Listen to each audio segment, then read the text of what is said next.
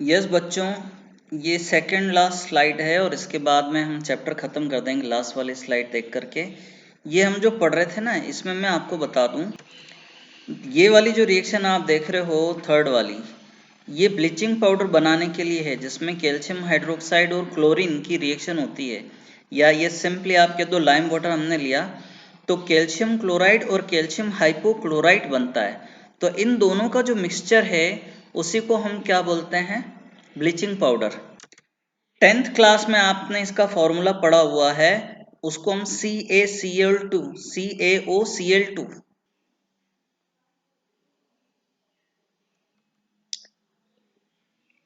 तो आप लोगों ने 10th क्लास के अंदर ये वाला फॉर्मूला पढ़ा हुआ है CaOCl2। वो एक्चुअल में इन दोनों का ही कॉम्बिनेशन होता है। अगर आप ध्यान दो तो इसी का आप एक डाइमर इमेजिन करो तो ये वाला ही फॉर्मूला बनेगा। अब हम देखते हैं नेक्स्ट कंपाउंड, कैल्शियम कार्बोनेट। हम लोगों ने ये रिएक्शंस तो देखी हुई है, कैल्शियम कार्बोनेट कैसे बनता है। ये वाली भी रिएक्शन हमने पहले पढ़ी हुई है, हार्डनेस को रिमूव करने के लिए ये रिएक्शन हमने पढ़ी थी, आपको याद आया होगा, सोडियम कार्बोनेट और कैल्शियम क्लोराइड, तो उससे कैल्शियम कार्बोनेट बनता है।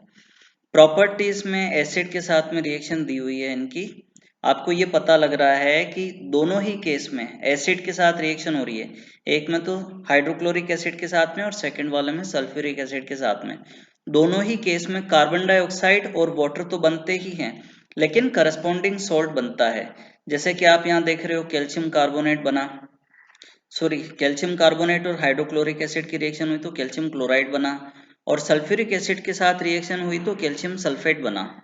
यूजेस, ये मेटलर्जी वाली जो इंडस्ट्रीज होती हैं उनके अंदर फ्लक्स की फॉर्म में इसको यूज किया जाता है। फिर बिल्डिंग मटेरियल के लिए ये तो आपको पता है ही है, चूना वगैरह बनाने के लिए, एंटासिड के लिए, और एब्रेसिव टूथपेस्ट के अंदर मिक्स करके इसको सेल किया जाता है। फिर लास्ट वाला आ रहा है calcium hemihydrate, calcium sulphate hemihydrate. ये क्या चीज है, plaster of Paris, 10th class के अंदर आप लोगों ने पढ़ा हुआ है। ये बनता कैसे है, जिप्सम, जिसका फॉर्मूला होता है CaSO4.2H2O।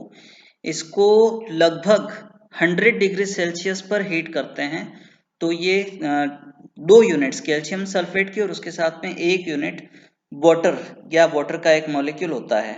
ठीक है, ध्यान देना, इसको अगर हम 393 केल्विन से हाई टेम्परेचर पर हीट करेंगे तो केवल कैल्शियम सल्फेट ही बनता है। जो जिप्सम को हीट करोगे वो प्लास्टर ऑफ पेरिस नहीं बनेगा।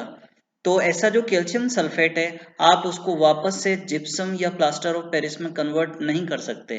इसको हम क्या बोलते हैं, डेड बर्न प्लास्टर।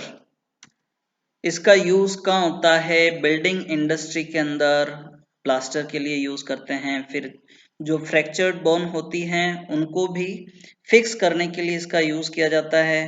फिर इसी तरह से बिल्डिंग के अंदर या जो मकान वगैरह बनते हैं उनके अंदर डेकोरेशन के लिए, फ्लावर्स वगैरह बनाने के लिए भी इसका यूज किया जाता है। तो ये चैप्टर आपका एस ब्लॉक एलिमेंट फिनिश हो चुका है। आप एनसीईआरटी वाली बुक से भी इसकी स्टडी करना और नोट्स बना करके मुझे भेजना, और साथ में एक्सरसाइज के क्वेश्चन आंसर भी करके भेजना। आपकी कोई प्रॉब्लम है, कोई चीज़ नहीं समझ में आती है तो आप मुझे पूछ सकते हो। Thank you very much.